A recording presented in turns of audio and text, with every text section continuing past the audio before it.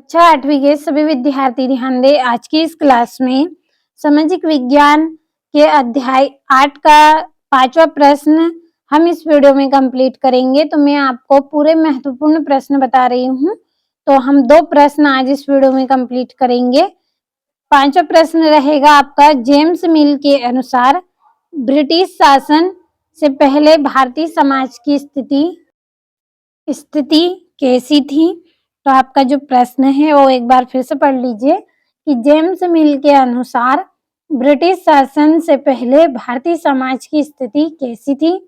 तो इसका आंसर है आपका, जेम्स मिल के अनुसार ब्रिटिश शासन से पहले, देखिए ब्रिटिश शासन से पहले की स्थिति पूछी गई है। तो हम यहाँ से यहाँ तक समाज तक, भारतीय समाज तक हम प्रश्न में से ही लिखेंगे। जेम्स मिल के अनुसार ब्रिटिश शासन से पहले भारतीय समाज में धार्मिक, जातिगत बंधन,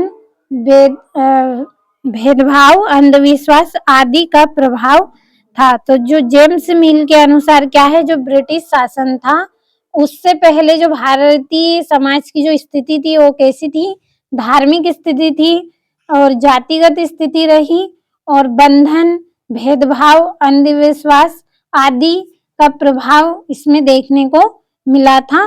तो ये इस प्रश्न का आंसर है, जो कि बहुत ही सरल है। केवल आपको धार्मिक, जातिगत, भेदभाव, बंधन और अंधविश्वास ये सब जो शब्द हैं सब सुने हुए हैं, तो आपको ज्यादा कठिन नहीं लगा होगा इस प्रश्न का आंसर।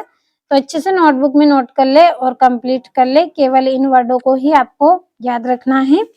अब चलिए हमारा जो अगला प्रश्न है उसको पढ़ते हैं।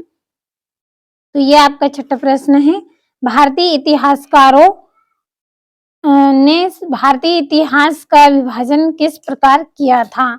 जो भारतीय इतिहासकार हैं उन्होंने भारतीय इतिहास का विभाजन किस प्रकार किया था। तो भारतीय इतिहासकारों ने भारतीय इतिहास को, तो भारतीय इतिहास से आपको यहाँ पे भारतीय इतिहास तक प्रश्न में से ही लिखना है। वो क्या किया था, प्राचीन, मध्यकालीन तथा आधुनिक कालखंडों में विभाजित किया था। विभाजन का मतलब है कि अलग अलग करना, विभाजित का मतलब भी है कि अलग अलग बांटना, अलग अलग टुकड़ों में उनको अलग कर देना।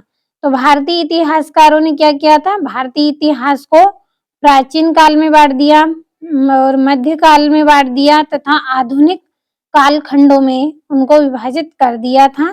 तो ये आपके जो 2 प्रश्न थे, 5वां और 6वां, इस वीडियो में हमने कंप्लीट किया है। अगले वीडियो में मैंने आपको 2-2 करके महत्वपूर्ण प्रश्न बताए हैं सामाजिक विज्ञान के अध्याय 1 के। तो आपने कंप्लीट अच्छे से कर लिए होंगे।